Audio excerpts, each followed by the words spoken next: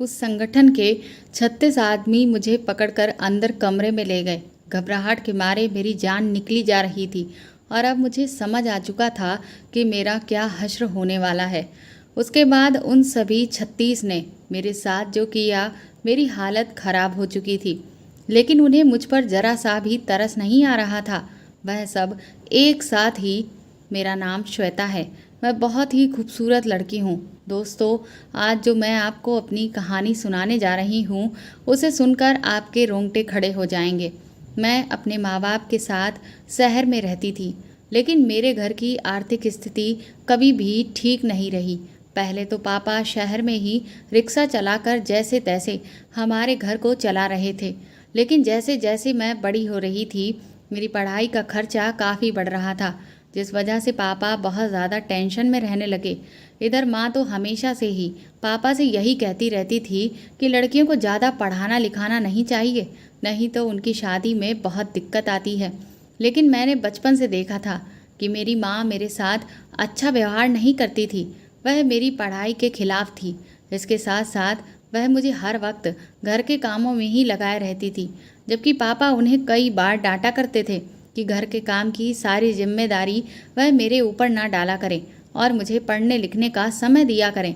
लेकिन फिर भी मेरी माँ को तो जैसे पापा की किसी बात से कोई फ़र्क ही नहीं पड़ता था। उन्हें तो बस मोहल्ले की औरतों के साथ बैठकर पंचायत करने से मतलब होता था। इसीलिए मुझे बचपन से अपनी माँ से कभी कोई खास लगाव नहीं रहा। लेकिन मैं अपने पापा को बहुत प्यार करती थी, क्योंकि मुझे साफ दिखता था कि मेरे पापा को मुझसे बहुत प्यार है और मेरी हर ख्वाहिश उनके लिए सबसे पहले है। वह मेरी हर इच्छा को पूरी करने के लिए जी तोड़ मेहनत करते थे। इसीलिए मैंने भी सोच रखा था कि मैं खूब अच्छे से पढ़ लिख कर अच्छी नौकरी करूंगी और फिर अपने पापा को वह सारी सुख सुविधाएं दूंगी जो उन्हें हमेशा से मिलनी चाहिए। मेरी माँ का बस चलता तो वह तो मुझे सरकारी स्कूल में ही पढ़ाती, लेकिन मेरे पापा ने अपनी हैसियत से परे जाकर मुझे एक इंग्लिश मीडियम स्कूल में पढ़ाया। जब मैं 10वीं क्लास में थी तो एक दिन जब मैं स्कूल से वापस लौट रही थी तो मुझे रास्ते में कुछ लड़कों ने परेशान किया, जिसकी वजह से मुझे उनसे बचने में काफ़ी चोट आ गई। जब मैं घर लौट कर आई तो पापा मेरी हालत देखकर बहुत घबरा गए। फिर मैंने उन्हें रो रो कर सब कुछ बता दिया। डर की वजह से एक हफ्ते तक मैं स्कूल नहीं गई, लेकिन फिर पापा ने मुझे समझाया कि हम ऐसे डर कर कभी भी घर नहीं बैठ सकते, बल्कि हमें इन सब चीज़ों का सामना करना चाहिए। मैंने पापा से कहा कि लेकिन वह लोग बहुत ताकतवर थे और मैं कमज़ोर। पापा ने कहा कि लेकिन अब तुम कमज़ोर नहीं रहोगी। इसके बाद पापा ने मुझे जूडो कराटे सीखने के लिए एक संस्थान में भेजना शुरू कर दिया। मम्मी ने इस बात पर पापा से बहुत लड़ाई लड़ी, लेकिन पापा ने उनकी एक भी नहीं सुनी। उन्होंने कहा कि मेरी बेटी की सुरक्षा मेरे लिए सबसे ज़्यादा ज़रूरी है। जूडो कराटे सीखने के बाद मुझ में एक अलग ही लेवल का कॉन्फिडेंस आ गया था। अब मुझे अपनी सुरक्षा के लिए किसी से भी बिल्कुल भी डर नहीं लगता था। मैं भगवान को बार बार शुक्रिया अदा करती कि उन्होंने मुझे ऐसे पिता दिए हैं। धीरे धीरे मेरी पढ़ाई जैसे जैसे आगे बढ़ रही थी तो उसकी फीस भी बढ़ती जा रही थी, जिस वजह से पापा ने फैसला किया कि वह इराक चले जाएंगे और वहाँ पर तेल की फैक्ट्री में मज़दूरों की काफ़ी बड़ी मात्रा में ज़रूरत है और बहुत अच्छी तनख्वाह भी दी जा रही है। लेकिन मैं अपने पापा के फैसले से बिल्कुल भी खुश नहीं थी, क्योंकि मैं अपने पापा से दूर नहीं रहना चाहती थी। लेकिन माँ इन सब बातों से बहुत खुश थी, क्योंकि उसे पैसा ही पैसा नज़र आ रहा था। खैर, पापा ने मुझे समझाया कि मेरे लिए इस वक्त पढ़ाई सबसे ज़्यादा ज़रूरी है। इसके बाद पापा मोहल्ले के एक अंकल जो वहीं पर काम करने के लिए जा रहे थे, उनके साथ इराक चले गए और मैं यहाँ माँ के साथ अकेली रह गई। मुझे बिल्कुल भी अच्छा नहीं लगता था, क्योंकि माँ हर वक्त बस मुझ पर चीखती चिल्लाती रहती थी। कभी कभी तो मुझे माँ पर इतना गुस्सा आता था कि मैं क्या कहूँ। मुझे ऐसा लगता था कि जैसे ये मेरी सगी माँ हो ही नहीं सकती, क्योंकि मैं दूसरों की माँओं को देखती थी तो वह अपने बच्चों को बहुत प्यार करती थी, पर मेरी माँ उल्टा हर वक्त बस मुझ पर चिल्लाती रहती थी, ताने मारती रहती और बात बात पर मुझसे कहती कि मैं अपने पिता का बहुत पैसा खर्च करवाती हूँ। खैर, जब मैं कॉलेज में पहुँची तो वहाँ मेरी दोस्ती राजीव से हुई। राजीव एक बहुत बड़े बिजनेसमैन का बेटा था। मैंने उस कॉलेज का एंट्रेंस एग्ज़ाम पास कर लिया था और स्कॉलरशिप की बदौलत मैं इतने अच्छे कॉलेज में पढ़ पा रही थी, क्योंकि मैं चाहती थी कि मुझे जल्द से जल्द अपनी पढ़ाई पूरी होने के बाद नौकरी मिल जाए, ताकि मैं अपने पापा को वापस इस देश में बुला सकूं। इधर जैसे जैसे समय बीत रहा था, मेरी राजीव के साथ दोस्ती और भी गहरी होती जा रही थी। राजीव ने मुझे घुड़सवारी करना, गाड़ी चलाना सब कुछ सिखा दिया था। मैं अब उसके साथ बड़े बड़े सपने देखने लगी थी। मेरा भी सपना था कि मैं अपने पापा के लिए बहुत ही शानदार घर बनवाऊं और उन्हें एक गाड़ी गिफ्ट करूं, जिसमें मैं उन्हें खुद बिठाकर कहीं घुमाने लेकर जाऊं। यही सब सोचकर जब राजीव ने मुझे गाड़ी सीखने की बात कही तो मैंने सीख ली। एक दिन जब मैं कॉलेज से घर लौट कर आई तो माँ ने मुझे बताया कि उन्होंने मेरा रिश्ता एक बहुत अच्छी जगह पर तय कर दिया है। माँ के मुंह से ये बात सुनकर मेरे तो पैरों तले से ज़मीन ही निकल गई थी। मैं उनके सामने खूब रोई, चिल्लाई कि मैं अभी शादी नहीं करूँगी। तो माँ कहने लगी कि तुम्हारे बाप के पास इतना पैसा नहीं है कि वह तुम्हें किसी बड़े घर में ब्याह सके। ये रिश्ता बहुत ही अच्छा है और उन लोगों को दहेज के नाम पर कुछ भी नहीं चाहिए। लड़का बहुत ही सीधा है और घर में सिर्फ सास ससुर और जेठ जेठानी हैं। छोटा परिवार है, हमेशा सुखी रहोगी। मैंने माँ से कहा कि मैं बचपन से लेकर आज तक शहर में पली बड़ी हूँ, लेकिन आप मुझे गांव में क्यों धकेल रही हैं। माँ कहने लगी कि गांव क्या बुरे होते हैं, वहाँ तो और भी सब कुछ कितना अच्छा होता है।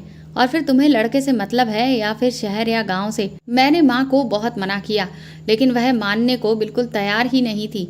अगले महीने जब पापा कुछ दिनों की छुट्टी लेकर इराक से वापस लौट कर आए तो माँ ने उनसे कहा कि वह मेरी शादी अब जल्द ही कर दें। इधर मैंने पापा को बहुत समझाया, पर पापा उस वक्त बिल्कुल खामोश थे।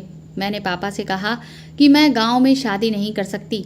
मेरी इस बात पर पहले तो पापा ने मुझसे कहा कि मैं तुम्हारी शादी गांव में नहीं होने दूंगा, लेकिन माँ लगातार पापा के कान भरती ही चली जा रही थी। उन्होंने कहा कि तुम तो यहाँ रहते नहीं हो और तुम्हारी बेटी अब जवान हो चुकी है। इससे पहले कि किसी भी गलत इंसान की नज़र इस पर पड़े, इसे वक्त रहते ही ब्याह दो, ताकि ये भी अपने परिवार में जाकर अपने जीवन को आगे बढ़ाए और अपने पति के साथ एक सुखी जीवन जिए। पापा ने कहा कि मैं मानता हूँ कि मेरी बेटी की शादी की उम्र हो गई है, लेकिन मैं गांव में उसकी शादी नहीं करूँगा। मैं यहीं पर उसके लिए कोई लड़का ढूंढ लूँगा। कुछ दिनों तक पापा ने वहाँ पर मेरे लिए काफ़ी सारे लड़के देखे, जिससे मैं बहुत बेचैन थी, क्योंकि कहीं ना कहीं मैं दिल ही दिल में राजीव को चाहने लगी थी। पर मैं अपने पिता की इज्जत की खातिर बिल्कुल खामोश रही। पापा ने मेरे लिए जो भी लड़के देखे, उनमें से कोई भी मुझसे शादी के लिए तैयार नहीं हुआ, क्योंकि सबको दहेज में ढेर सारा पैसा चाहिए था। इस पर पापा बहुत हताश हो गए। फिर माँ ने कहा कि मैं तो तुम्हें पहले ही कह रही थी, ये लड़का बहुत अच्छा है, इससे बेहतर श्वेता के लिए और कोई हो ही नहीं सकता, क्योंकि उन्हें ना तो दहेज चाहिए और ना ही उनकी कोई ऐसी वैसी डिमांड है कि वह बहुत बड़ी बारात लेकर आएंगे। देखो, गांव हो या शहर, जब वह हमारी लड़की को खुश रखेंगे तो फिर तुम्हें दिक्कत क्या है। माँ की बातों से पापा अब सहमत हो चुके थे। पापा ने भी मुझे यही समझाया कि बेटा, तेरे बाप की हालत अब बहुत खस्ता हो चुकी है, क्योंकि वहाँ पर भी अब हमारी तनख्वाह कम कर दी गई है, जिस वजह से मेरे पास अब इतना पैसा नहीं है कि मैं तेरी शादी के लिए इतना मोटा दहेज दे सकूं। बेहतर यही होगा कि तू वहीं शादी कर ले जहां तेरी माँ चाहती है। अगले दिन ही माँ और पिताजी मेरी जिस लड़के से शादी होने वाली थी उसका घर बार देख आए। वहाँ पर उन्हें सब कुछ ठीक ठाक लगा और ये तय हो गया कि जब अगली बार पापा लौट कर देश वापस आएंगे तभी मेरी शादी उस लड़के जिसका नाम रमेश था उससे कर दी जाएगी। इधर पापा जैसे ही गए, 15 दिन के बाद ही माँ ने कोहराम मचाना शुरू कर दिया कि लड़के वालों को बहुत जल्दी है और वह जल्द से जल्द ही शादी करना चाहते हैं। माँ की बात सुनकर मैं बुरी तरह से दंग रह गई। मैंने माँ को समझाया कि पहले तो आपने कहा था कि जब पापा वापस लौट कर आएंगे तभी आप मेरी शादी करेंगी, लेकिन फिर अब आप उन लोगों से कुछ कहती क्यों नहीं। माँ कहने लगी कि अगर तेरे पापा के आने का इंतज़ार करेंगे तब तो तू कुंवारी ही बैठी रह जाएगी और फिर इतना अच्छा लड़का कहीं हाथ से ना निकल जाए। वह लोग जल्द से जल्द तुझे अपने घर की बहू बनाना चाहते हैं, तो इसमें दिक्कत क्या है। और फिर तेरे पापा आकर यहाँ क्या ऐसा खास कर लेंगे। मैंने कहा कि ये आप कैसी बातें कर रही हैं, वह मेरे पापा हैं, मेरा कन्यादान तो उनके हाथ से ही होना चाहिए। लेकिन माँ ने मेरी एक भी ना सुनी और उन्होंने न जाने पापा को भी क्या पट्टी पड़ा दी कि वह भी मजबूर हो गए और उन्होंने इस बात की इजाज़त दे दी कि मेरी शादी अगले हफ्ते ही उनकी बिना मौजूदगी में कर दी जाए। और फिर ठीक ऐसा ही हुआ। मेरी शादी हो गई और मैं विदा होकर अपने ससुराल पहुंच गई। यहाँ दिल में मेरे राजीव के लिए जो जज्बात थे वह अभी भी जिंदा थे। मैं रो रो कर बेहाल हो चुकी थी, पर मैं करती क्या। एक तरफ पिता की इज्जत थी और दूसरी तरफ मेरे मन में हमेशा से ये सवाल था कि क्या राजीव भी मुझसे प्यार करता है, क्योंकि उसने तो कभी मुझसे कहा ही नहीं। हमारे बीच सिर्फ दोस्ती थी और मैं अपनी तरफ से प्यार का इजहार करके इस अच्छी दोस्ती को खराब नहीं करना चाहती थी, क्योंकि ये तो मुझे साफ दिख रहा था कि मुझ में और राजीव में ज़मीन आसमान का अंतर था। वह एक बहुत अमीर लड़का था और मैं हद से ज़्यादा गरीब लड़की थी। इसीलिए मुझे ये जोड़ी बिल्कुल बेमेल लगी और मैंने कभी भी अपने प्यार को राजीव के आगे जाहिर नहीं होने दिया।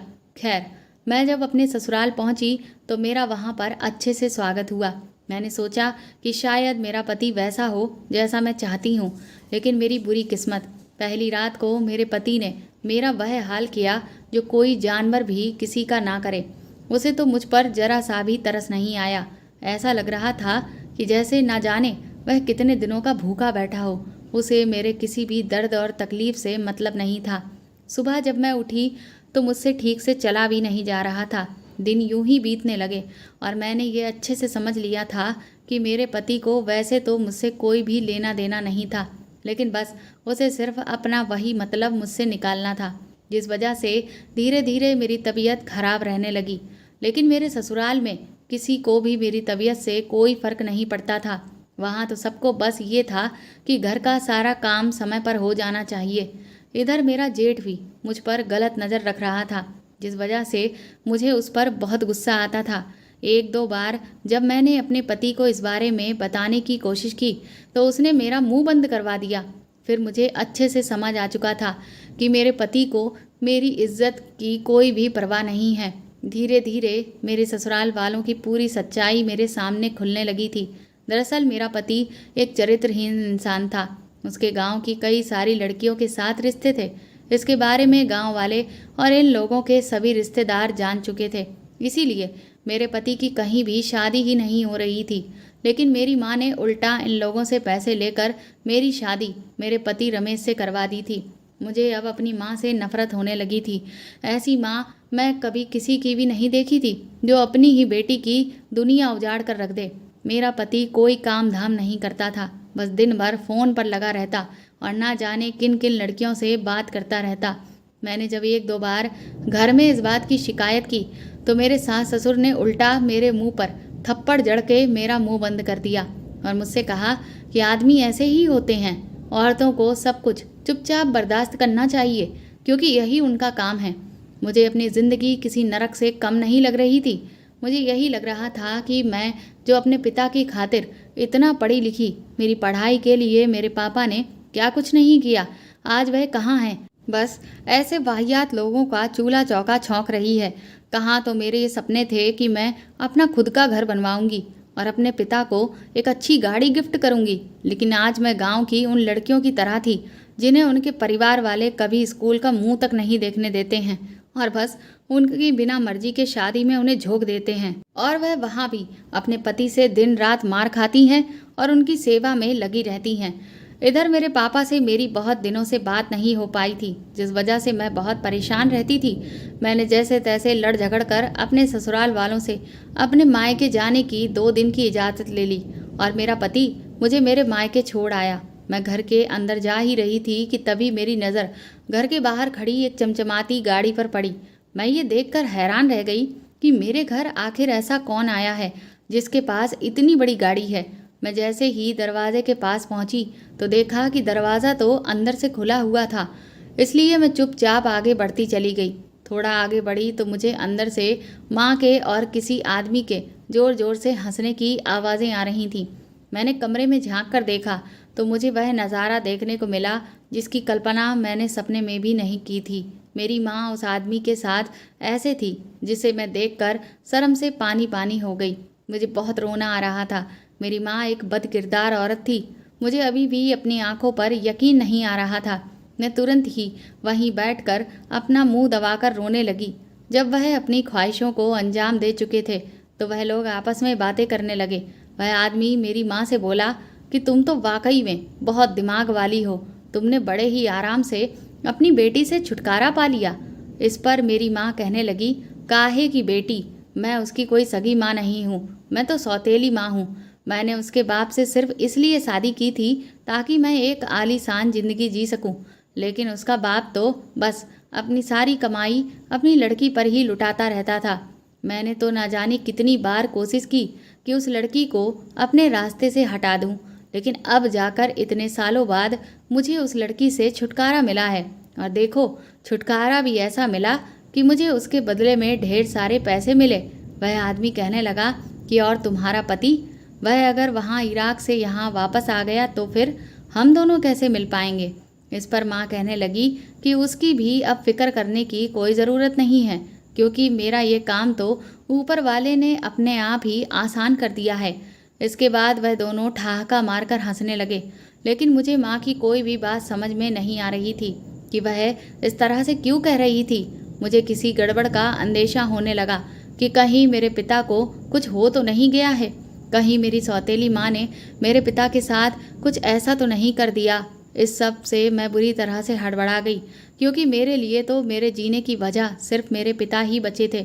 मैं तुरंत ही उन पड़ोस वाले अंकल के घर गई जो मेरे पिता के साथ इराक गए हुए थे। उनके ही घर पर मेरे पिता हर बार लैंडलाइन पर फ़ोन करके मुझसे बात किया करते थे, इसीलिए मैंने सोचा कि मैं उनके लैंडलाइन से फ़ोन करके अपने पापा से आज बात करती हूँ। वैसे भी काफ़ी महीनों से मेरी अपने पिता से बात नहीं हुई थी। मैं जैसे ही उन अंकल के घर पहुंची तो दरवाज़ा खुलते ही मेरे होश उड़ चुके थे, क्योंकि वहां पर वही अंकल खड़े हुए थे। मैंने उनसे पूछा कि अगर आप यहां वापस आ चुके हैं तो मेरे पापा कहाँ हैं। इस पर अंकल ने पहले तो मुझे अंदर बिठाया और पानी पिलाया। फिर वह कहने लगे कि देखो बेटा, मैं तुमसे जो भी कहने जा रहा हूँ उसे ध्यान से सुनना और हिम्मत रखना।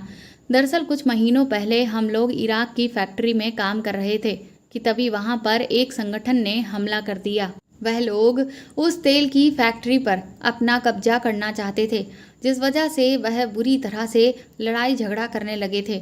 और फिर ऐसा हुआ कि हर तरफ बस चीख पुकार मची हुई थी। लोग यहाँ वहाँ बुरी तरह से भाग रहे थे, क्योंकि हर कोई अपनी अपनी जान बचाना चाहता था।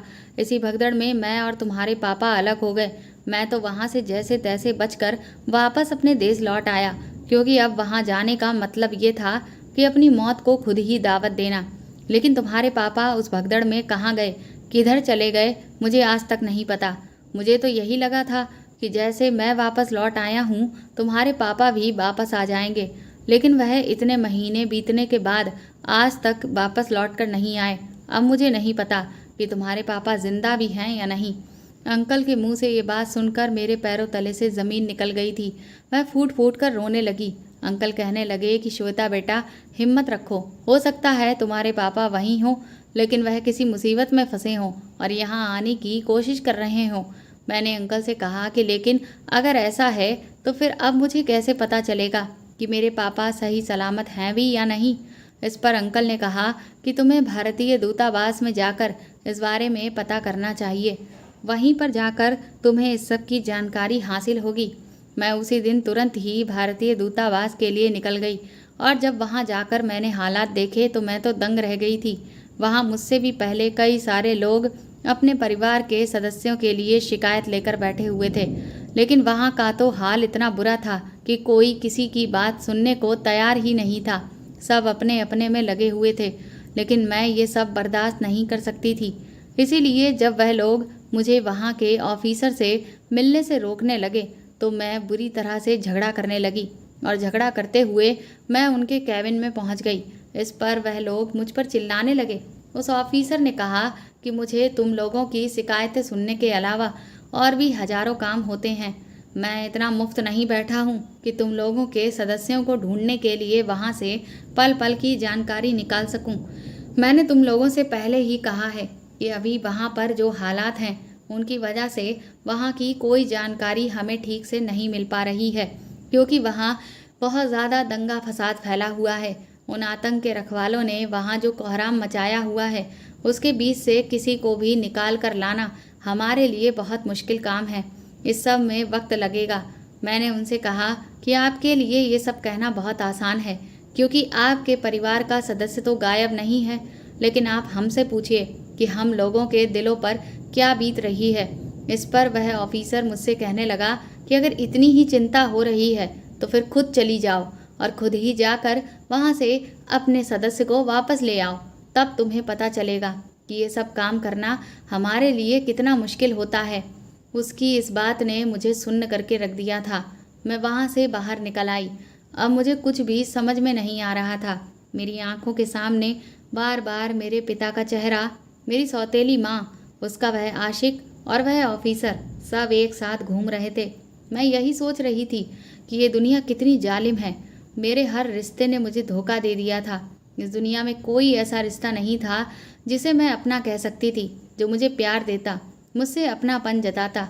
बस एक ही तो ऐसा रिश्ता था जो मेरे लिए हर मुसीबत में डटकर बिना किसी स्वार्थ के खड़ा था। वह मेरे पिता थे। और आज मेरे पिता कहाँ हैं, कैसे हैं, जिंदा भी हैं या नहीं, मुझे उनके बारे में कुछ भी नहीं पता। उन्होंने मेरे लिए बहुत कुछ किया था, पर मैं उनके लिए कुछ भी नहीं कर पा रही थी। तभी उस ऑफिसर के शब्द मेरे कानों में गूंजने लगे कि दम है तो वहां जाकर अपने पिता को लेकर आओ। मैंने ठान लिया था कि कुछ भी हो जाए, भले ही मेरी जान ही क्यों ना चली जाए, लेकिन मैं अपने पिता को वहां से वापस अपने देश लेकर हर हाल में आऊंगी। यही सब सोचते सोचते न जाने कब मुझे चक्कर आ गया और मैं वहीं सड़क पर बेहोश होकर गिर पड़ी।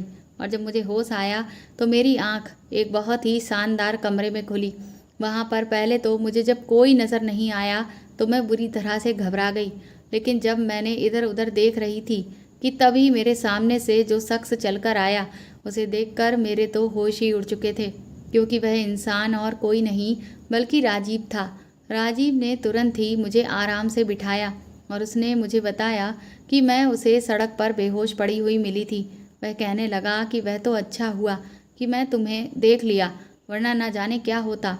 इसके बाद राजीव ने मुझसे पूछा कि मैं वहाँ पर सड़क पर क्या कर रही थी। उसका बस इतना पूछना था कि मेरे दुख दर्द का जो बांध था वह बुरी तरह से टूट गया। मैंने रोते हुए उसे अपनी ज़िंदगी में जो कुछ भी हुआ उसे सब के बारे में सब कुछ बता दिया। राजीव कहने लगा कि तुमने शादी तक कर ली और मुझे कानों कान खबर तक नहीं होने दी। तुम्हें अंदाज़ा भी नहीं है कि मैं तुम्हें न जाने कहाँ कहाँ ढूंढता फिरता था, क्योंकि जब मैं तुम्हारे घर का एड्रेस पता करके तुम्हारे घर गया तो तुम्हारी माँ ने तो मुझे ये कह दिया था कि तुम कहीं चली गई हो, और कहाँ गई हो इसके बारे में उन्हें नहीं पता। राजीव के मुंह से ये बात सुनकर मुझे अपनी माँ पर बहुत गुस्सा आया। मैंने चिल्लाकर राजीव से कहा कि वह मेरी माँ नहीं है, वह तो वह चुड़ैल है जिसने ना सिर्फ मेरी ज़िंदगी खराब कर दी बल्कि मेरे पिता की भी ज़िंदगी खराब कर दी। राजीव ने कहा कि लेकिन तुमने शादी क्यों की? मैंने उससे कहा कि तुम नहीं समझोगे, एक गरीब लड़की की बहुत सारी मजबूरियां होती हैं, लेकिन वह शादी मेरे लिए अभिशाप बन चुकी है, क्योंकि मेरा पति एक बदकिरदार इंसान है जिसने मुझे सिवाय अपनी इच्छा पूर्ति के अलावा और कोई मतलब नहीं रखा। यहाँ तक कि वह इतना नीच इंसान है कि मेरे साथ उस घर में उसका भाई चाहे कुछ भी कर दे, लेकिन उसे उससे भी कोई फर्क नहीं पड़ता था। ये सब सुनकर राजीव को बहुत गुस्सा आने लगा। राजीव ने कहा कि तो क्या तुम्हारे जेठ ने तुम्हारे साथ? मैंने उससे कहा कि मैं इतनी भी कमज़ोर नहीं थी कि अगर मुझे मेरे पति का सहारा ना मिले तो मेरा जेठ मेरे साथ कुछ भी कर बैठे। अगर वह मेरे साथ अपनी हद पार करता तो मैं उसकी हड्डियां तोड़ देती। इस बात पर राजीव हंसने लगे। वह कहने लगा कि ये तो तुमने सही कहा, तुम्हें तो अच्छा खासा जूडो कराटे जानती हो, फिर तुम्हें किस बात का डर। इसके बाद शाम को मैं और राजीव बाहर शॉपिंग पर गए और वह मेरे लिए काफ़ी अच्छे अच्छे कपड़े खरीद कर लाया। मैंने राजीव से कहा कि मैं इराक जाना चाहती हूँ और अपने पिता के बारे में पता करना चाहती हूँ कि वह इस वक्त कहाँ पर हैं। राजीव ने कहा कि क्या तुम्हारा दिमाग खराब हो गया है? वह जगह कितनी खतरनाक है इसके बारे में पूरी दुनिया जानती है, और फिर एक लड़की के लिए तो वह जगह किसी जहन्नुम से कम नहीं है। मैंने राजीव से कहा कि लेकिन तुम इस बात को अच्छे से समझ लो कि मैं इराक हर हाल में जाकर ही रहूँगी, क्योंकि मैं अपने पिता से बहुत प्यार करती हूँ। तभी राजीव ने कहा और मैं तुमसे बहुत प्यार करता हूँ। राजीव की इस बात से मैं दंग रह गई थी। राजीव ने कहा कि हाँ श्वेता, मैं तुम्हें ना जाने कब से ये बात कहना चाहता था, पर कभी भी इतनी हिम्मत नहीं जुटा सका। और देखो इसका खामियाजा आज मुझे इस तरह से भुगतना पड़ा कि तुम्हारी शादी किसी और से हो गई और उसने तुम्हारा ये क्या हाल कर दिया है। अगर मैं समय रहते तुमसे अपने प्यार का इजहार कर देता तो आज तुम मेरी पत्नी के तौर पर मेरे घर पर होती। राजीव ने अपने प्यार का इजहार करके मेरे दिल में दबे हुए जज्बातों को हवा दे दी। मैंने राजीव से कहा कि प्यार तो मैं भी तुमसे करती थी, लेकिन हमारे बीच जो ये पैसों की दीवार थी उसने मुझे कभी भी तुम्हारी तरफ अपना कदम आगे बढ़ाने नहीं दिया। राजीव बोला कि तुम भी कितनी पागल हो, भला प्यार में भी कभी पैसा देखा जाता है? प्यार ऊंच नीच रुपया पैसा कुछ भी नहीं देखता। और इसीलिए मैं तुमसे हाथ जोड़कर कहता हूँ कि एक बार तो मैं तुम्हें खो चुका हूँ, पर मैं तुम्हें दोबारा नहीं खोना चाहता। तुम अब मुझसे दूर जाने की बात बिल्कुल भी मत करो। लेकिन मैंने राजीव के सामने हाथ जोड़ते हुए कहा कि तुम अपने प्यार को मेरे पैरों की बेड़ियां ना बनाओ। तुम क्यों नहीं समझते, मेरे पिता ने मेरे लिए बहुत बड़ी बड़ी कुर्बानियाँ दी हैं, और इस दुनिया में मैं अगर सबसे ज़्यादा किसी से प्यार करती हूँ तो वह मेरे पिता हैं, और मैं उनके लिए कुछ भी कर गुजरने को तैयार हूँ। और अगर तुम सच में मुझे दिल से प्यार करते हो तो तुम मेरा पासपोर्ट और वीज़ा इराक का बनवा कर कुछ ही दिनों में तैयार करवा दोगे और मुझे वहाँ भेज दोगे। राजीव कहने लगे कि ठीक है, अगर तुम वहाँ जाना चाहती हो तो फिर मैं भी तुम्हारे साथ चलूँगा। मैंने राजीव को अपनी कसम देते हुए कहा कि तुम मेरे साथ इराक नहीं जाओगे, क्योंकि तुम्हारे लिए भी यहाँ तुम्हारे माँ बाप हैं। जिस तरह से मैं अपने पिता की सुरक्षा के लिए इतना बड़ा खतरा मोल ले रही हूँ, तुम्हें भी अपने माता पिता के लिए यहाँ सही सलामत रहना होगा। और मेरी बात का यकीन मानो, मैं वादा करती हूँ कि मैं सही सलामत तुम्हारे पास वापस लौट कर आऊँगी और तुम्हारी पत्नी बनकर तुम्हारे साथ एक अच्छा जीवन जीऊँगी। पर राजीव तो मेरी कोई भी बात मानने को तैयार ही नहीं था।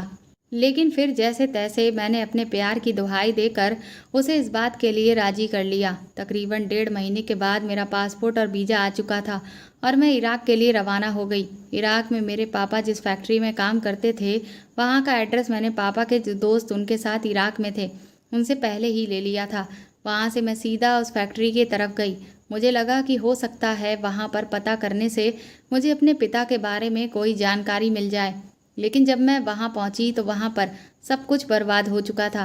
हर तरफ सब कुछ टूटा फूटा पड़ा था, पर बस 8-10 आदमी ही थे जो वहाँ कुछ मरम्मत का काम कर रहे थे। मैंने जब वहाँ जाकर अपने पिता के बारे में उन लोगों से पूछा तो ज़्यादातर लोग तो मेरी भाषा ही नहीं समझ पा रहे थे और ना मैं उनकी भाषा समझ पा रही थी। फिर वहाँ पर 2 लोग ऐसे थे जिन्हें इंग्लिश समझ में आती थी, और जब मैंने इंग्लिश में उनसे बात की तो उन्होंने साफ इनकार कर दिया कि वह मेरे पिता के बारे में कुछ भी नहीं जानते हैं। अभी मैं निराश हताश होकर वहाँ से जैसे ही बाहर निकली कि तभी वहाँ पर 3-4 काले रंग की गाड़ियाँ रुकीं, जिन पर जो झंडे लगे हुए थे उन्हें देखकर मैं समझ गई कि ये लोग कौन हैं। वह वहाँ के आतंक के संगठन के लोग थे। उन्होंने तुरंत ही आकर मुझे पकड़ लिया और पकड़कर अपनी गाड़ी में बिठा लिया। मैं बुरी तरह से चीखती चिल्लाती रही, लेकिन उनमें से किसी ने भी मेरी नहीं सुनी। उन्होंने मेरे चेहरे पर एक काले रंग का कपड़ा डाल दिया था, जिसकी वजह से मुझे कुछ भी दिखाई नहीं दे रहा था। फिर वह काफ़ी देर के बाद मुझे एक जगह पर लेकर जा रहे थे और बार बार यहाँ वहाँ धक्का मार रहे थे। डर के मारे मेरी धड़कनें बुरी तरह से बढ़ी हुई थीं। मैं यही सोच रही थी कि कहाँ तो मैं अपने पिता को यहाँ बचाने आई थी और कहाँ अब मैं खुद यहाँ इतनी बड़ी मुसीबत में फंस चुकी हूँ। जब उन्होंने मेरे चेहरे से नकाब हटाया तो मेरी आंखें बुरी तरह से जलने लगीं। जब मैंने थोड़ी देर के बाद अपने आसपास देखा तो वहाँ मेरे ही जैसी और भी न जाने कितनी लड़कियाँ थीं जिनकी हालत बहुत बुरी थी। वह सब की सब बुरके में थीं, लेकिन उनकी आंखों से जगह जगह से खून निकलता हुआ दिख रहा था। उन लोगों ने मुझे भी बुरी तरह से पीटना शुरू कर दिया। उन्हें तो हम लोगों के साथ ये सब करके बहुत खुशी मिल रही थी। वह अपनी ही भाषा में न जाने क्या बोलते चले जा रहे थे। इसके बाद वह लोग वहाँ से चले गए। मैं वहाँ बहुत देर तक बैठकर रोती रही। हम लोगों की हालत वहाँ भेड़ बकरियों से कम नहीं थी। कब सुबह हो रही थी, कब शाम हो रही थी, हमें कुछ भी पता नहीं चलता था। वह लोग सिर्फ हमें खाने के लिए एक टाइम का ही खाना देते थे, लेकिन जब जिसका दिल चाहता था वह हमें पीटने चला आता था। एक दिन अचानक ही हम सब लड़कियों को ले जाकर उन लोगों ने एक कतार में खड़ा कर दिया। मुझे देखने से ऐसा लग रहा था कि जैसे उन सभी का जो मुखिया था वह वहाँ पर आया हुआ था, क्योंकि वही एक आदमी हम सबको बड़े ध्यान से देख रहा था। इसके बाद उसने हम सभी से अपने चेहरे के नकाबों को हटाने के लिए कहा, लेकिन हर लड़की अपने चेहरे से पर्दे को उठाने से डर रही थी, क्योंकि सबको पता था कि नकाब हटाने से आगे का क्या हश्र होने वाला है। पर हम मजबूर थे, क्योंकि उनकी बंदूकों की नोक हमारी तरफ ही तनी हुई थी। मैंने भी डरते डरते अपने चेहरे का नकाब हटाया, और फिर वही हुआ जिसका डर था। उस मुखिया ने मुझे चुना और बहुत ही शैतानी हंसी हंसते हुए मुझे अपने साथ चलने के लिए कहने लगा। जब मैंने इनकार किया तो उसने मेरे 2-3 थप्पड़ रसीद कर दिए और फिर मेरा हाथ पकड़कर अपने साथ ले जाने लगा। मैं उस वक्त खुद को बहुत ही बेबस महसूस कर रही थी और यही सोच रही थी कि मैं ये किस जगह आकर फंस गई हूँ। वह मुझे न जाने कौन कौन से रास्तों से ले जाता हुआ कहीं जा रहा था कि तभी फिर मेरी नज़र जिस शख्स पर पड़ी, मेरे होश उड़ चुके थे। मैंने कुछ दूरी पर अपने पिता को वहाँ की ज़मीन पर पोछा लगाते हुए देखा। उनकी हालत बहुत बुरी थी, उन्हें बहुत बुरी तरह से पीटा गया था। मेरा जी तो चाहा कि मैं दौड़ कर जाऊं और अपने पिता को गले से लगा लूं, लेकिन मैं ऐसा नहीं कर सकती थी, क्योंकि मैं नहीं चाहती थी कि इन लोगों को इस बात की जरा सी भी भनक लगे कि मैं इस इंसान को जानती हूँ और इससे मेरा कोई रिश्ता है। जो भी हो, भले ही मैं उस वक्त बहुत बुरी स्थिति में फंसी हुई थी, लेकिन अपने पिता को सही सलामत देखकर मुझे एक उम्मीद नज़र आई थी और अब मुझे आगे का रास्ता सोच समझकर तय करना था, जिससे मैं इस जगह से अपने पिता और खुद को सही सलामत बाहर निकाल सकूं। लेकिन इससे पहले मुझे इस शैतान से निपटना था। वह इंसान मुझे घसीटता हुआ अपने कमरे की तरफ लेकर गया और फिर वह मुझे बुरी तरह से डराने धमकाने लगा, क्योंकि वह चाहता था कि मैं बिल्कुल वही करती जाऊं जो वह मुझसे कहता जाए। वह बुरी तरह से मुझ पर चीख रहा था। उसके चेहरे को अपने इतना करीब देखकर मेरी रूह कांपने लगी थी। मैं बुरी तरह से रोने लगी और मुझे रोता हुआ देखकर वह बहुत खुश होने लगा। इसके बाद वह मुझे बाथरूम की तरफ लेकर गया, जहाँ पर उसने शावर शुरू कर दिया। मैं बुरी तरह से भीग रही थी और तभी वह अपने इरादों को पूरा करने के लिए आगे बढ़ा, लेकिन मैंने अपनी आंखें बंद की और अपने पिता के चेहरे को याद किया और एक बार फिर से अपने अंदर हिम्मत जुटाई और तुरंत ही मैंने एक झटके में अपनी एक लात खींचकर उस आदमी के दी और वह सामने लगे हुए शीशे से बुरी तरह से टकराया, जिससे उसके सर से खून निकलने लगा और वह वहीं गिर गया। मैंने जब उसकी नब्ज को चेक किया तो वह बंद पड़ चुकी थी, उसकी सांसें थम चुकी थीं। ये देखकर मुझे खुशी भी हुई, लेकिन मैं घबरा भी गई, क्योंकि अगर किसी को भी इस बात की खबर लग गई कि मैंने उनके मुखिया की जान ले ली है तो फिर ना जाने क्या बवाल हो जाएगा। इसीलिए मैं तुरंत ही वहाँ से सबकी नज़रों से बचती हुई उस जगह पर पहुँच गई जहाँ पर बाकी लड़कियों को बंद करके रखा गया था। वहाँ पर जितने भी लोग थे वह सब अपने अपने कामों में व्यस्त थे और इधर मैं डर रही थी कि ना जाने कब इन लोगों को इस बात की खबर हो जाए और फिर मेरे ऊपर कौन सी नई मुसीबत आ पड़े। खैर, पूरा दिन तो कट गया, लेकिन वहाँ मुझे कोई भी कोहराम मचता हुआ नज़र नहीं आया। लेकिन जैसे ही रात हुई वहाँ हड़कंप मचा हुआ था, जिससे मैं समझ गई थी कि अब उन्हें ये पता चल गया है कि उनके मुखिया की मौत हो चुकी है। अभी ये सब कुछ चल ही रहा था और मुझे लग रहा था कि अब वह लोग मुझे ही ढूंढते हुए आएंगे और मेरी हालत ख़राब कर देंगे। न जाने आज वह लोग मुझे ज़िंदा छोड़ेंगे भी या नहीं। लेकिन तभी अचानक ही बाहर से कुछ गोलियों के चलने की आवाज़ आने लगी। बहुत देर तक बाहर उन लोगों के चीखने चिल्लाने की आवाज़ आ रही थी। ऐसा लग रहा था कि जैसे ज़बरदस्त लड़ाई हो रही हो। और फिर जो कमरे बने हुए थे उनकी खिड़कियों से धुआं भी आने लगा, जिससे लग रहा था कि शायद बाहर आग भी लगी हुई है। ये सब कुछ तकरीबन 3-4 घंटे तक चलता रहा और इधर मैं यही सोच रही थी कि ना जाने मेरे पापा इस वक्त कहाँ पर होंगे। मैं बाहर भी नहीं जा सकती थी, क्योंकि मुझे ठीक से नहीं पता था कि मेरे पापा को कहाँ पर रखा गया है। सुबह तक हमें पता चला कि वहाँ पर जो भी आदमी थे उनको बहुत गंभीर चोटें आई थीं, जिसके लिए उनका इलाज होना बहुत ज़रूरी था और वह लोग किसी अस्पताल से कुछ डॉक्टरों को अगवा करके ले आए थे। उन्हीं डॉक्टरों में एक लेडी डॉक्टर थी जो कि भारतीय थी। हम सब लड़कियों को जो आदमी घायल हुए थे उनकी सेवा में लगा दिया गया था। उसी के दौरान मेरी उस लेडी डॉक्टर से मुलाकात हुई और फिर मैंने उसे चुपके से बताया कि किस तरह से मैं यहाँ पर आई हूँ। वह भी बेचारी मेरी ही तरह बहुत घबराई हुई थी और बहुत रो रही थी। उसे कुछ भी करके यहाँ से निकलना था, क्योंकि अब ये बात तो पक्की थी कि भले ही ये लोग अपने मतलब के लिए इन लोगों को यहाँ पर लाए थे, लेकिन जैसे ही इनका मकसद पूरा हो जाएगा ये लोग डॉक्टर को छोड़ने वाले नहीं थे। और बिल्कुल ऐसा ही हुआ। जैसे जैसे दिन बीत रहे थे और वो ठीक होने लगे तो उन्होंने जितने भी पुरुष डॉक्टर थे उनको कहीं और भेज दिया था। किस काम के लिए ये तो किसी को भी नहीं पता था, लेकिन जो महिला डॉक्टर्स थीं उनका इस्तेमाल वह अपनी मनमर्जी के लिए करने लगे थे। इधर मैंने अपने पिता का पता लगा लिया था कि उनको किस तरफ रखा गया है। उन्होंने जब मुझे पहली बार देखा तो वह तो अपना आपा ही खो बैठे, लेकिन मैंने इशारे से पापा को समझा दिया कि वह बिल्कुल भी जाहिर ना करें कि वह मुझे जानते हैं, वरना मेरी और उनकी दोनों की मौत पक्की है। लेकिन अब बेचारे मेरे पापा बहुत ज़्यादा परेशान थे, क्योंकि अब यहाँ पर उनकी ज़िंदगी के साथ साथ मेरी ज़िंदगी भी दांव पर लगी हुई थी। हर रोज़ रात होते ही वह सभी दरिंदे बन जाते थे और अपनी मनमर्जी से किसी भी लड़की को अपने साथ ले जाते और फिर उसका वह हाल करते जो किसी की भी रूह कपा दे। उस महिला डॉक्टर का नाम कनिका था। वह कहने लगी कि हमें यहाँ से कुछ भी करके बाहर निकलना होगा, क्योंकि ना जाने वह दिन कौन सा होगा जब ये लोग हमारी इज्जत को भी खाक में मिला देंगे। जब तक ऊपर वाले का रहम है तब तक बचे हुए हैं, लेकिन जिस पल उनकी नज़र हम पर पड़ी हम बर्बाद हो जाएंगे। और मुझे यहाँ से हर हाल में निकलना है, क्योंकि मैं अपनी माँ और छोटी बहन का इकलौता सहारा हूँ। अगर मैं ज़िंदा ना रही तो फिर उनका ना जाने क्या होगा। हम दोनों ने मिलकर ये डिसाइड किया कि वहाँ जितनी भी लड़कियाँ हैं हम उनसे कहेंगे कि वह हमारा साथ दें, ताकि हम सब एक साथ मिलकर उनका सामना कर सकें और यहाँ से निकल सकें। लेकिन वहाँ पर जो लड़कियाँ थीं वह कोई भी डर की वजह से हमारा साथ देने के लिए तैयार ही नहीं थी। इसलिए फिर हमने ये फैसला किया कि अब सिर्फ हम ही यहाँ से निकलेंगे।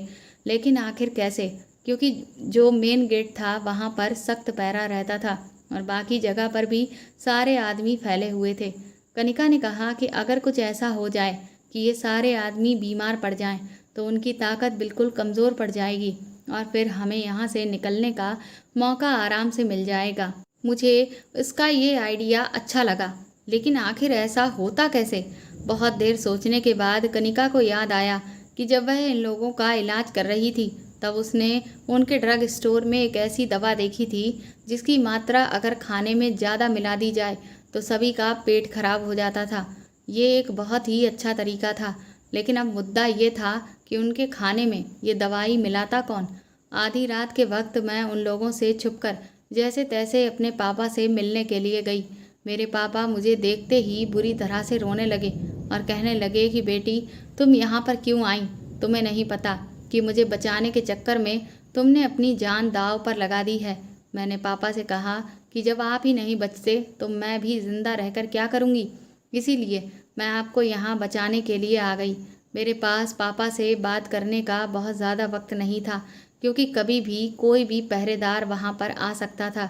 मैंने पापा से कहा कि मैं आपसे यहाँ सिर्फ ये पूछने आई हूँ कि खाना बनाने की ड्यूटी किसकी लगी हुई है।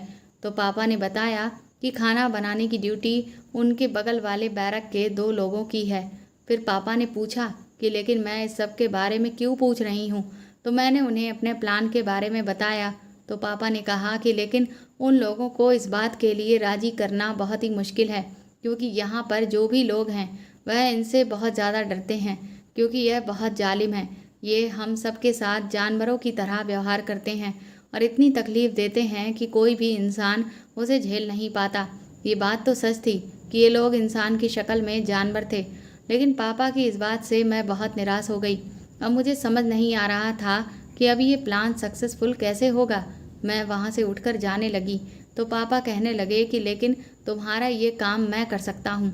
मैंने पापा से कहा लेकिन आप ये काम कैसे कर सकते हैं? पापा बोले जिस रसोई में खाना बनता है वहाँ पर मैं पोछा लगाने के लिए जाता हूँ। वह दवाई तुम कैसे भी करके मुझे दे देना, और जिस वक्त खाना बन रहा होगा और मैं वहाँ पोछा लगाने जाऊँगा तो मौका पाते ही मैं उस दवा को उस बन रहे खाने में डाल दूँगा। अगले ही दिन कनिका ड्रग स्टोर में एक्सपायर दवाइयों की छटनी करने के बहाने से वह दवा अपने कपड़ों में छुपा कर ले आई और फिर मैं एक बार फिर से खतरा मोल लेते हुए अपने पापा को वह दवा दे आई और उनसे कह दिया कि अब कल रात के खाने में उन्हें इस दवा को मिलाना है। रात का समय हमारे भागने के लिए बहुत ही अच्छा होगा, क्योंकि अंधेरे में हम लोगों को ज़्यादा फायदा हो सकता है। इधर जिस दिन हमें अपने इस प्लान को अंजाम देना था, उसी दिन अचानक ही न जाने कैसे, लेकिन उन लोगों को इस बात की भनक लग गई थी कि उनके मुखिया को मैंने ही मारा था, और इसीलिए वह लोग मुझे पकड़ कर ले गए। मैं बहुत बुरी तरह से डर गई थी, और कनिका की तो ये देखकर हालत ही खराब हो गई थी कि मैं, जो एकमात्र उसका यहाँ पर सहारा थी, उसके साथ भी अब वह लोग ना जाने क्या करने वाले थे। मुझे समझ नहीं आ रहा था कि वह मुझे अपनी भाषा में क्या कह रहे थे, लेकिन इतना पता चल रहा था कि वह लोग अब मेरे साथ वो हदें पार करने वाले हैं जो कोई भी लड़की बर्दाश्त नहीं कर सकती। उस वक्त वह सब 36 के 36 मुझे घेरे हुए थे, और फिर उन्होंने मुझे वहीं पर धक्का देकर ज़मीन पर पटक दिया, और इसके बाद वह एक साथ मुझ पर अपने जुनून को पूरा करने के लिए आगे बढ़ने लगे। मैंने अपनी आंखें बंद कर लीं और अपने भगवान को याद करने लगी, क्योंकि अब ऐसे हालातों में एक वही था जो मुझे इस भयानक मंजर से बचा सकता था कि तभी अचानक से एक बहुत तेज़ आवाज़ हुई। वह आवाज़ गोली चलने की थी। जैसे ही गोली चली, वह सारे के सारे एक साथ पीछे हट गए, और तभी फिर मैंने सामने से एक गाड़ी को अंदर आते हुए देखा। उस गाड़ी से एक भारी भरकम सा शख्स उतरा। वह बहुत ही महंगे कपड़े पहने हुए था। इसके बाद वह बड़े ही भारी कदम रखते हुए मेरी तरफ आगे बढ़ा, मेरे पास आकर बैठा, और मेरे बालों को पकड़कर उसने अपनी तरफ मेरे चेहरे को झुकाया। फिर वह मुझसे मेरी ही भाषा में बोला कि तो तुमने मारा था हाफिज़ को। तुम बहुत ही बहादुर लड़की लगती हो, और तुम में बहुत ही जुनून है, और इस जुनून के साथ मुझे आजमाइश करने में बहुत मज़ा आएगा, क्योंकि मुझे तुम्हारे जैसी ही लड़कियां बहुत पसंद हैं। वह उन सभी 36 आदमियों पर चिल्लाने लगा, कहने लगा कि तुम सबकी हिम्मत कैसे हुई इसकी तरफ आंख उठाकर देखने की। क्या तुम्हें नहीं पता कि तुम्हारे मालिक को किस तरह की लड़कियां पसंद हैं? आज बड़े सालों बाद मुझे कोई ऐसी लड़की नज़र आई है, और तुम उसे मेरे सामने पेश करने की जगह खुद ही उस पर हाथ साफ करना चाहते थे। इसके बाद उसने उन्हें हुक्म दिया कि मुझे उसके कमरे में पहुंचा दिया जाए। उन लोगों ने ज़बरदस्ती मुझे उसके कमरे में ले जाकर छोड़ दिया। वह कमरा किसी महल से कम नहीं लग रहा था। वहाँ हर चीज़ ऐसा लग रहा था जैसे सोने से बनी हुई हो। पूरा कमरा चमक रहा था, और सारी ऐशो आराम की चीज़ें वहाँ पर रखी हुई थीं। मुझे तो समझ में ही नहीं आ रहा था कि मैं ये किस नई मुसीबत में फंस गई हूँ। कहाँ तो आज मैं आराम से यहाँ से निकलने वाली थी, और कहाँ ये एक नई आफत मेरे गले आ पड़ी थी। मुझे लग रहा था कि यहाँ का एक ही मुखिया है जो अब मर चुका है, लेकिन ये शायद उसका भी मालिक था। मैं अभी यही सब सोच ही रही थी कि तभी वह आदमी कमरे में आ गया, और बड़ी ही शैतानी हंसी हंसते हुए मेरे साथ इस तरह से पेश आने लगा जो मैं कभी भी बर्दाश्त नहीं कर सकती थी। मैंने उससे भिड़ने की बहुत कोशिश की, और खुद को बचाने की भी, लेकिन वह बहुत ताकतवर था, और मैं उसके सामने ज़्यादा देर तक टिक ना सकी। उसे देखकर तो ऐसा लग रहा था कि जैसे मैं जितनी बार उस पर बचने के लिए वार करती थी, उतना ही उसे और भी ज़्यादा मज़ा आ रहा था। इसके बाद उसने आखिरकार मुझे हरा दिया, क्योंकि इतने दिनों में मैं बहुत कमज़ोर भी हो चुकी थी, और मेरी ताकत जवाब दे गई। और फिर मेरे साथ वही हुआ जो यहाँ पर अब तक बाकी की लड़कियों के साथ होता आया था। मैं लगातार रोती रही, लेकिन उसे मुझ पर जरा सा भी रहम नहीं आया। तकरीबन 2 घंटे तक मैं जो झेलती रही वह मुझे ही पता था। मेरे दर्द की कोई इंतहा नहीं बची थी, लेकिन अभी भी मैंने यहाँ से आज़ाद होने का सपना देखना नहीं छोड़ा था, और मैं हिम्मत नहीं हार सकती थी, क्योंकि पापा को उधर ये सब नहीं पता था कि मेरे साथ यहाँ पर क्या हुआ है। वह तो मेरे कहे अनुसार आज रात को खाने में वह दवा मिला देने वाले थे, और अगर आज मैं ये मौका चूक गई तो फिर पूरी ज़िंदगी में शायद ही है जो कभी कोई दूसरा मौका मुझे मिले। और फिर दूसरी तरफ अगर आज मैं यहाँ से नहीं निकल पाई तो ये लोग मेरे पापा को भी ख़त्म कर देंगे, क्योंकि उन्हें पता चल जाएगा कि मेरे पापा ने ही उस खाने में दवा मिलाई थी। लेकिन मैं अपने पापा के साथ कुछ भी नहीं होने दे सकती थी, भले ही मेरे साथ कुछ भी क्यों ना हो जाता। इसीलिए 2 घंटे के बाद जब वह थककर चूर हो गया और लेटकर गहरी नींद में सो गया, तो मैंने एक बार खुद से अपनी हिम्मत जुटाई और धीरे से उठकर खड़ी हुई। मैंने खुद को आईने में देखा, अपने बालों का जूड़ा बनाया और अपने कपड़ों को ठीक से पहना। इसके बाद उस कमरे की एक छोटी सी खिड़की से जब मैंने बाहर झांक कर देखा तो बाहर अंधेरा हो चुका था और काफ़ी लोग मुझे बाहर उल्टी करते हुए दिखाई दे रहे थे, जिससे मैं समझ चुकी थी कि इसका मतलब साफ था कि पापा ने खाने में वो दवा मिला दी है, इसीलिए दवा ने अपना असर दिखाना शुरू कर दिया था। अब मुझे यहाँ से निकल कर कैसे भी कनिका के पास जाना था और पापा हमें गेट के पास ही मिलने वाले थे। लेकिन आखिर मैं इस कमरे से कैसे निकलती, ये मुझे समझ नहीं आ रहा था। मैंने उस कमरे का दरवाज़ा खोलने की कोशिश की तो ये पाया कि वह दरवाज़ा तो लॉक था और उसकी चाबी न जाने कहाँ थी। मैंने उस कमरे में यहाँ वहाँ सब जगह ढूंढा पर मुझे वह चाबी नहीं मिली। मैंने जैसे ही एक ड्रॉर को धीरे से खोला तभी न जाने कैसे पास में रखा हुआ फूलदान गिर गया, जिसकी आवाज़ सुनकर वह आदमी उठ खड़ा हुआ और वह मेरी तरफ आगे बढ़ा। मैं बहुत बुरी तरह से डर गई और इस घबराहट में मैंने जैसे ही वह ड्रॉर खोला था मुझे सामने उसमें रखी हुई एक बंदूक दिखाई दी। उसको मैंने उठा लिया। उस बंदूक की नोक मैंने उस आदमी की तरफ करते हुए उससे चाबी के लिए पूछा। वह मेरा मजाक उड़ाते हुए मुझ पर हंसने लगा।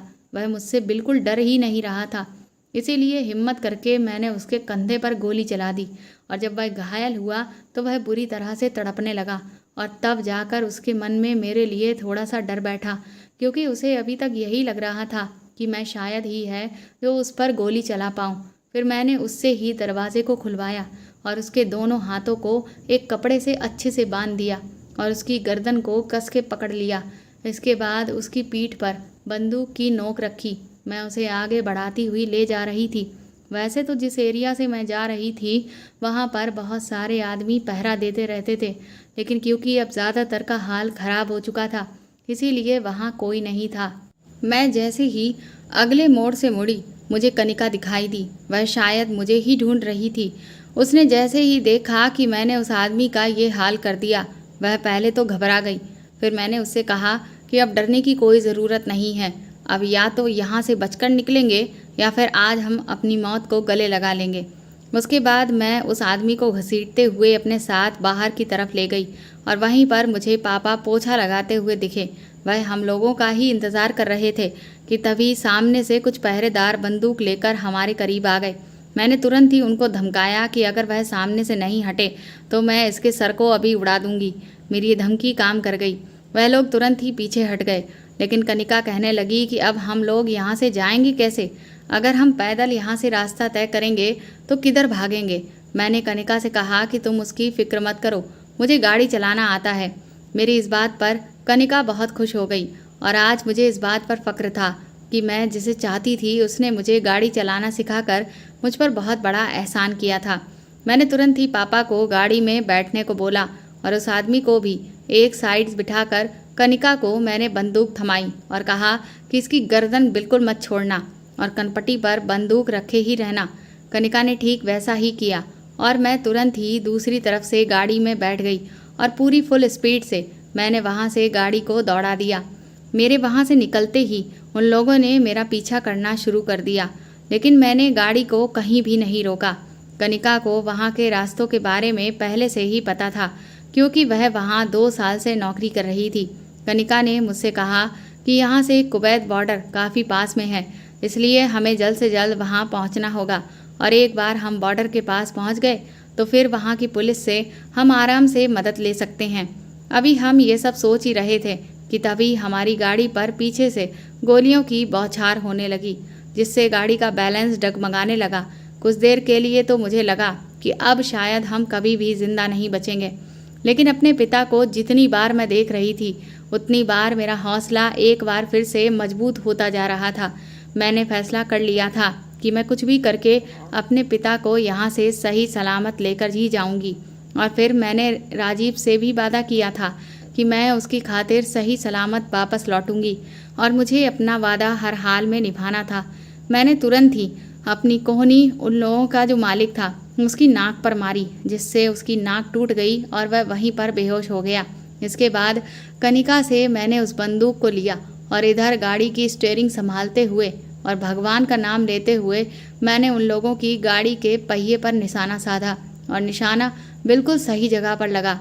उनकी गाड़ी का पहिया पंचर हो गया।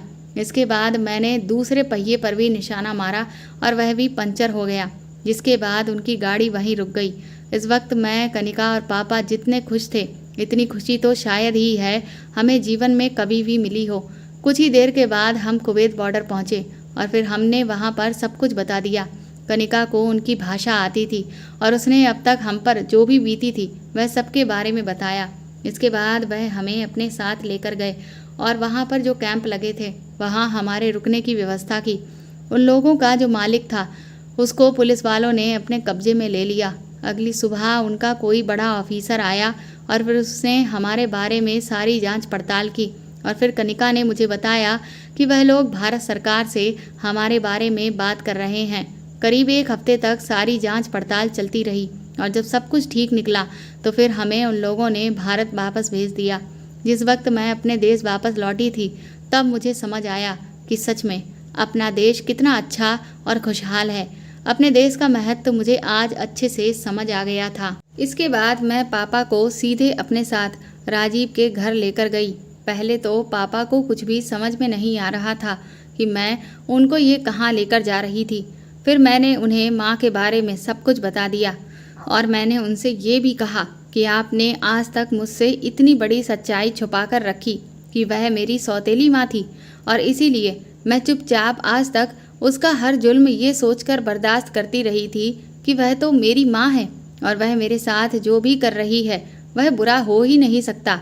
पापा मेरी पूरी बात सुनने के बाद बुरी तरह से रोने लगे और मुझसे माफ़ी मांगने लगे।